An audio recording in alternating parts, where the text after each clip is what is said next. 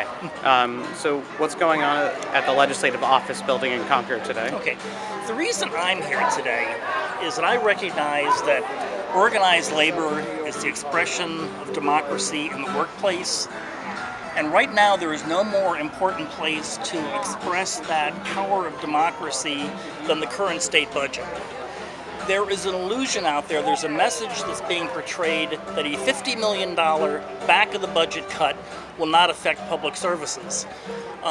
There is a perception out there that if we cut $50 million in personnel costs, we just affect a lot of faceless bureaucrats. Well, I'm not a faceless bureaucrat, and neither are the public health workers that are out there trying to deal with disease.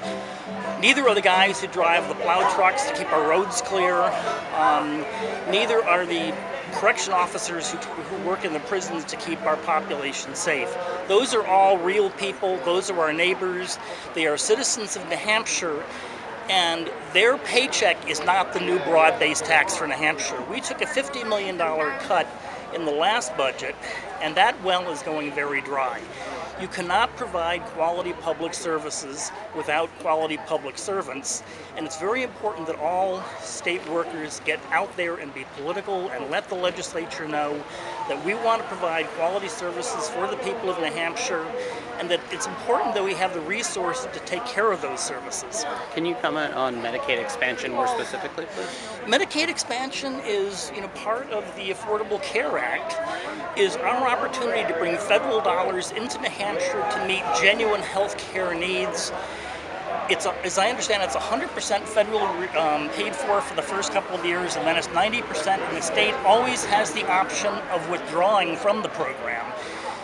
The people who are opposed to it make the connection with the federal government's failure to provide full funding for special education. This is a much different situation. That other situation needs to be corrected, but that's no excuse for leaving money on the table that will directly affect the health of New Hampshire citizens. And politically, how do you feel the governor is handling this issue right now? I think the governor is doing a good job of trying to mobilize the people who put her in office, and she won her office with a significant victory. I worked in her campaign. I was proud to be go door-to-door for the entire Democratic ticket in the last election.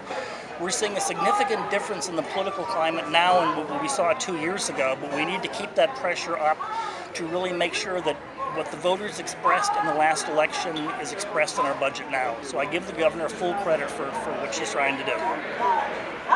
And do you think the Senate and the House are going to be able to come to a reasonable agreement on the budget?